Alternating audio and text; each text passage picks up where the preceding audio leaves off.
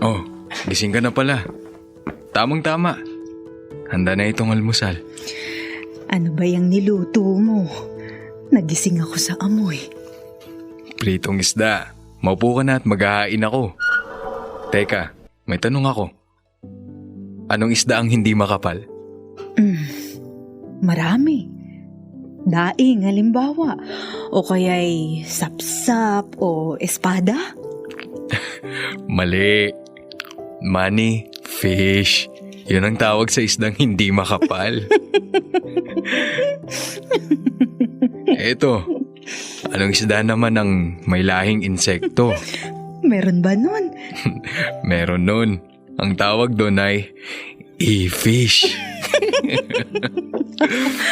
Nakakainis ka. Ito. Oh, Anong subject ang paborito ng mga isdang nag-aaral? talaga ha. Nag-aaral pa yung mga isda, ano? Oo. Ang subject na yon ay physical education. Tama na yung kakatawa. Nililibang mo ako dyan sa tawa mo. Kumain ka na. Damihan mo ha. Kailangan ko pa bang inumin to? Oo. Ang konti naman kasi ng kinain mo. Parang 3 kutsara lang. Busog na ako. Sabi ng doktor, kompleto ang nutrisyon nito. Kaya kahit konti lang ang kinain mo, ayos lang. Ay, ang dami naman yan. Baka naman isuka ko lang. Dadahan-dahanin natin hanggang maubos mo.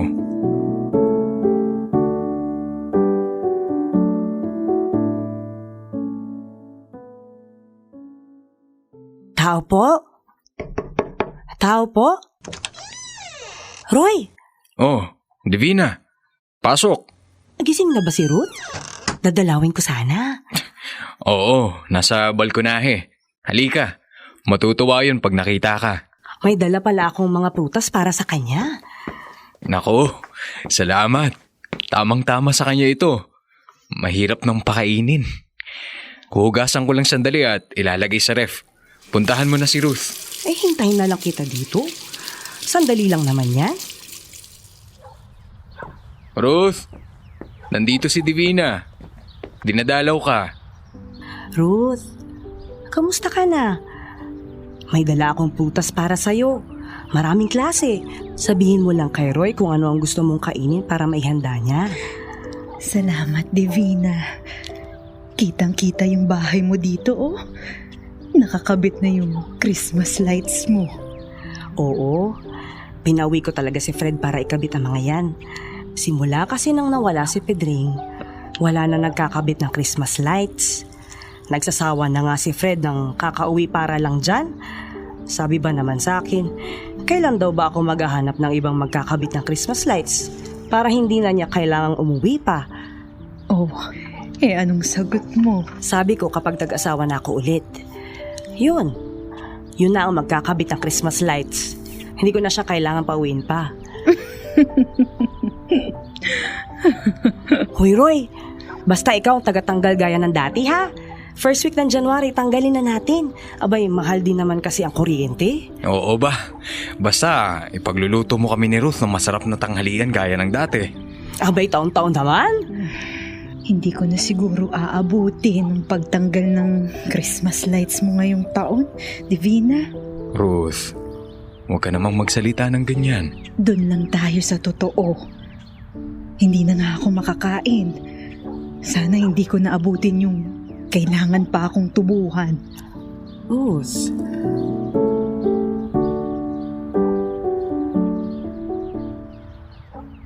Roy, ako'y aalis na ha. Nakatulog na si Ruth. Sige. Ipapasok ko na lang ng hindi mahamugan. Salamat, Divina. Ang laki na binagsak ng katawan niya. Ano bang sabi ng doktor? Stage 4, Divina. Bilang ng araw ng asawa ko. Tinapat na kami ng doktor. Tatagan mo ang loob mo. Huwag mong ipapakita sa kanya na pinanghihinaan ka. Alam mo namang siguro ikaw ang pinaghuhugutan niya ng lakas. Oo. Ang misyon ko na lang ngayon ay gawing komportable at masaya ang lahat ng bagay para sa kanya. Tama. Ganun na nga. O siya, mauna na ako at nang maasikaso mo si Ruth.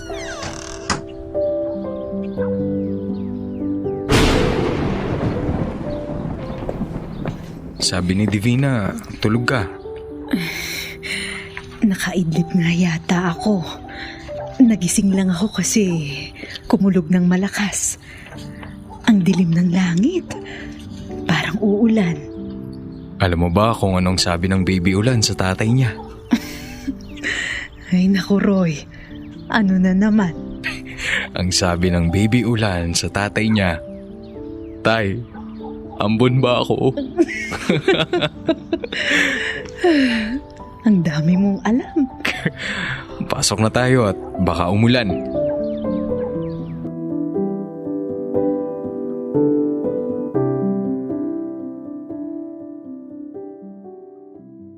Roy, Oh, may kailangan ka?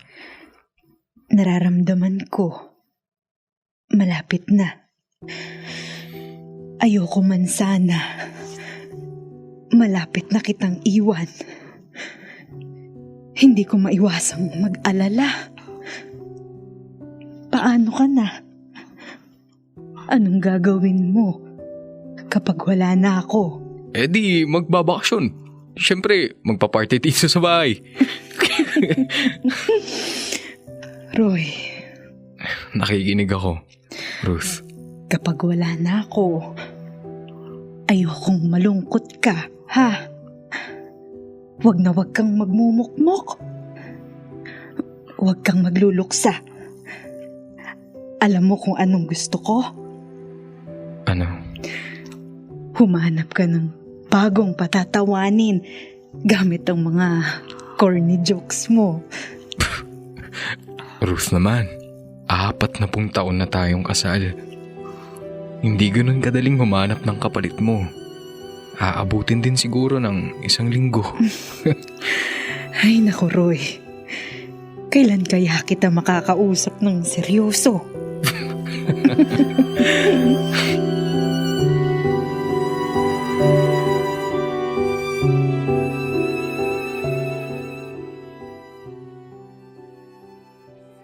Roy, nakikiramay ako. Nagdala ako ng 1 bilaong puto at 1 latang biskwit. Pandagdag sa pagkain ng mga bisita. Sinamahan ko na din ng ilang balot ng candy at ilang dosenang 3-in-1 na kape. Salamat, Divina. Mabuti na lang pala at nadalaw ko pa nung 1 araw. Oo nga, nadalaw mo pa. Pasko na sa 1 linggo, Divina. Kaya doble ang sakit. Ito na yata ang pinakamalungkot na Pasko sa buong buhay ko. Lumipat ka muna sa akin sa Noche Buena. Kami lang naman ni Fred at ng pamilya niya. Para makalimot ka naman kahit saglit lang. Sa bahay muna siguro ako, Divina. Hindi ko pa kayang iwan yung bahay. Mula nang ikasal kami. Sa bahay na yun kami nagpapasko. Punong-puno ng alaala ni Ruth ang bahay. Parang hindi ko kayang magpasko sa ibang lugar pa. Naiintindihan ko. Basta kapag nalulungkot ka, kahit hindi Pasko, laging bukas ang bahay ko para sa'yo. Salamat, Divina. Ano ba ang nangyari? Alam ko namang malapit na pero nagulat pa din ako. Hindi naman siya gaanong nahirapan sa huli. Tumigil na lang sa paghinga talaga. Nasa balkonahe kami. Hinihintay naming lumubog ang araw. Yakap ko siya nang maramdaman kong humigpit ang hawak niya sa braso ko. Nag-joke pa nga ako eh. Hindi na siya makatawa pero kitang-kita ko sa mga mata niya na masaya siya. Namatay siyang nakangiti sa mga bisig ko. Napakaswerte ni Ruth sa'yo, Roy. Mas maswerte ako, Divina. Napakabuting asawa ni Ruth. Sayang nga at hindi kami nagkaanak. Siguradong magiging mapagmahal siyang ina kung nagkataon. Ang ganda ng ayos ng burol ni Ruth. Napaghandaan kasi siya din ang may gawa niyan. Nung nalaman namin na stage 4 na ang cancer niya, Pinlano na niya ang burol niya. Pinaframe namin yung pinakagusto niyang picture niya. Ilagay ko daw sa standee at itabi sa mesa kung saan nakalagay ang urn niya. Napakaganda niya sa litrato. Ang ganda-ganda ng ngiti. Masayang masaya at buhay na buhay. Paligiran ko daw ng tulips. Tulips kasi ang paboritong bulaklak ni Ruth. Yung orange. Maraming pagkain. Mga paborito niya din. Kaya pala may fishball cart at dirty ice cream dyan sa labas, ha? Oo. Paborito niya yung fishball. Hanggang bago siya magkasakit. Kapag nagsisimba kami, hindi pwedeng hindi siya kakain yan. Natuto nga akong gumawa ng sauce niyan eh.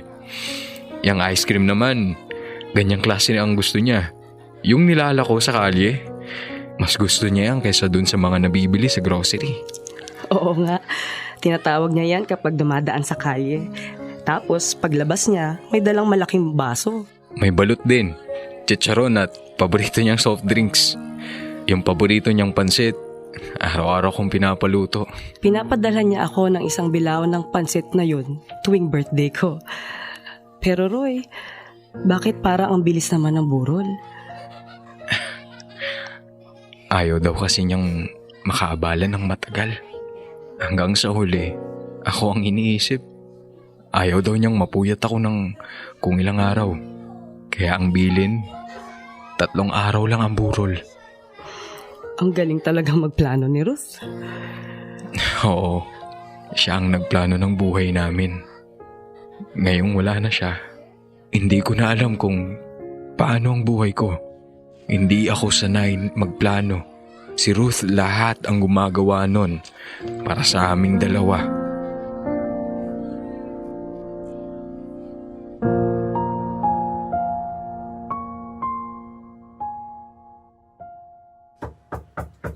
Tao po. Divina? Hoy Roy, pasok. Aga mo ah. Mainit kasi kapag tanghali na. Nasa labas pa naman ang Christmas lights mo. Para din hindi mo makalimutan na dito ako manananghali. May oras ka pa para magluto. Nakahanda na ang lulutuin ko para sa'yo kagabi pa. Sandali at kukunin ko ang hagdan.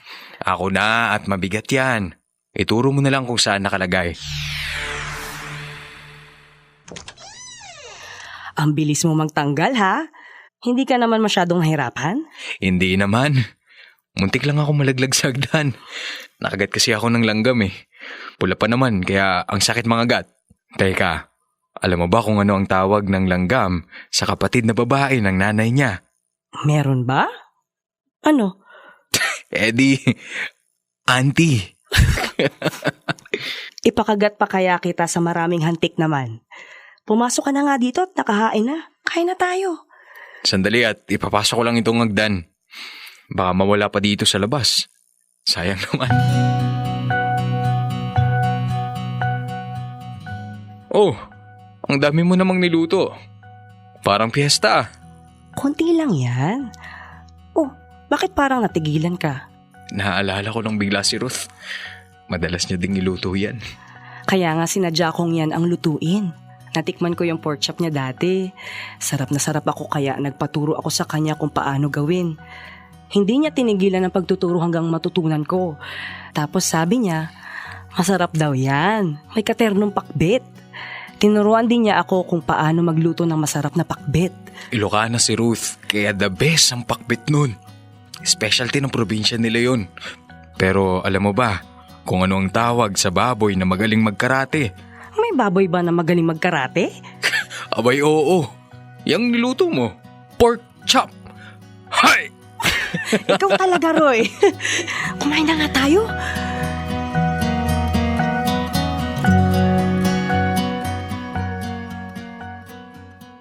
Oh, ikaw ba'y nabusog? Oo naman. Natuwa din. Ang tagal kong hindi nakakain ng mga to. Kuwang-kuha mo yung luto ni Ruth. Parang siya ang nagluto. Mabuti naman. Masayang masaya siguro ang kaluluwa ni Ruth dahil madami kang nakain. Pero, alam mo ba kung ano ang kabaliktaran ng kaluluwa? Ayan ka na naman. Ano? Eh di, kalulunok. O paano? Ako'y tutuloy na. Salamat sa pagtanggal ng Christmas lights ha. Saka sa mga jokes mo na hindi maubos-ubos. Sumakit ang tiyan ko sa kakatawa. Walang anuman. Salamat sa masarap na tanghalian. Divina, Oh, may sasabihin ka pa? pwede bang ako na ang magkabit ng Christmas lights mo sa isang taon? Pwedeng-pwede. Gusto mo, ikabit mo na ulit sa isang linggo. I-advance na natin ang Pasko.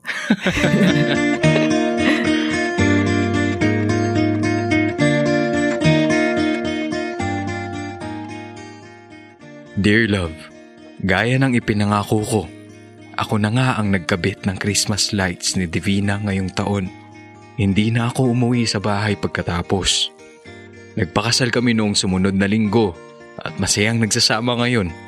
Binenta ko na ang bahay namin ni Ruth para hindi ko na iniintindi pa.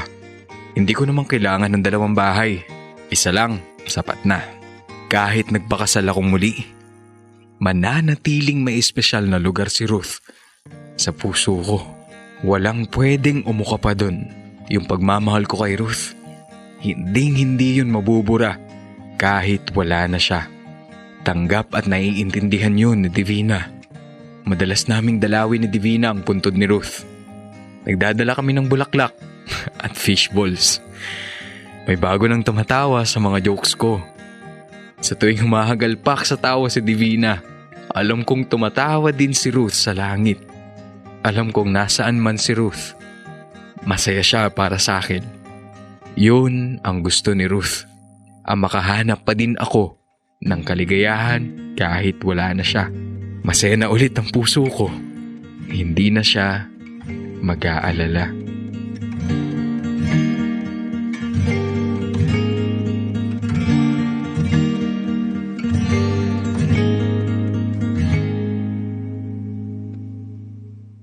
Kailangan pa bang i-memorize yan? Love Radio. Basic!